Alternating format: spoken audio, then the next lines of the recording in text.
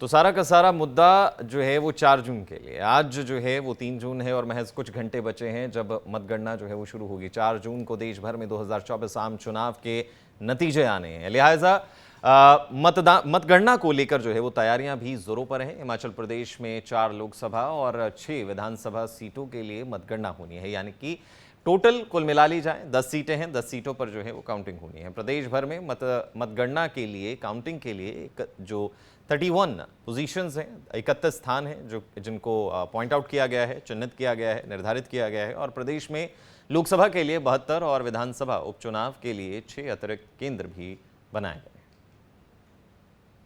गए। हम लोगों के पास कुछ कैंपेनिंग के समय कुछ कंप्लेंट्स आई थी, जिसमें कि ऐसा हमारे पास एविडेंस जहाँ पे मिला कि कोई कर्मचारी ने किसी कैंडिडेट के या किसी पार्टी के कार्यक्रम में पार्टिसिपेट किया हो, या वो कहीं गया हो या किसी से मिला हो, तो उनके ऊपर हमने सख्त कार्रवाई की है। काफ़ी केसेस में हमने सस्पेंशन भी ऑर्डर किया है और काफ़ी केसेस में डिसिप्लिनरी एक्शन भी लिया है। तो उसको हम फॉलोअप करेंगे, और ऐसा नहीं कि इलेक्शन ख़त्म हो जाएंगे तो वो कार्रवाई ख़त्म हो जाएगी।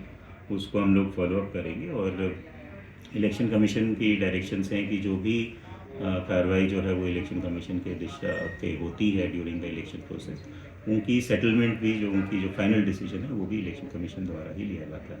तो वो हम सभी डिपार्टमेंट्स को बताएंगे उसके बारे में, और जो भी उचित होगा उसमें वो कार्रवाई करेंगे।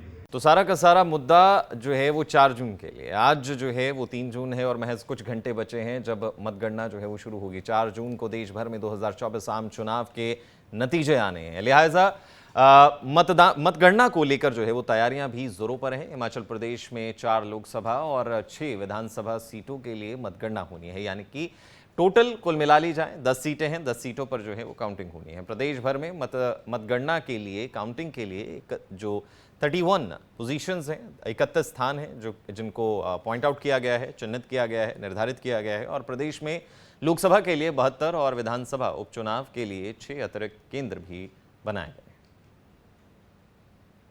हम लोगों के पास कुछ कैंपेनिंग के समय कुछ कंप्लेंट्स आई थी, जिसमें कि ऐसा हमारे पास एविडेंस जहाँ पे मिला कि कोई कर्मचारी ने किसी कैंडिडेट के या किसी पार्टी के कार्यक्रम में पार्टिसिपेट किया हो, या वो कहीं गया हो या किसी से मिला हो, तो उनके ऊपर हमने सख्त कार्रवाई की है। काफ़ी केसेस में हमने सस्पेंशन भी ऑर्डर किया है और काफ़ी केसेस में डिसिप्लिनरी एक्शन भी लिया है।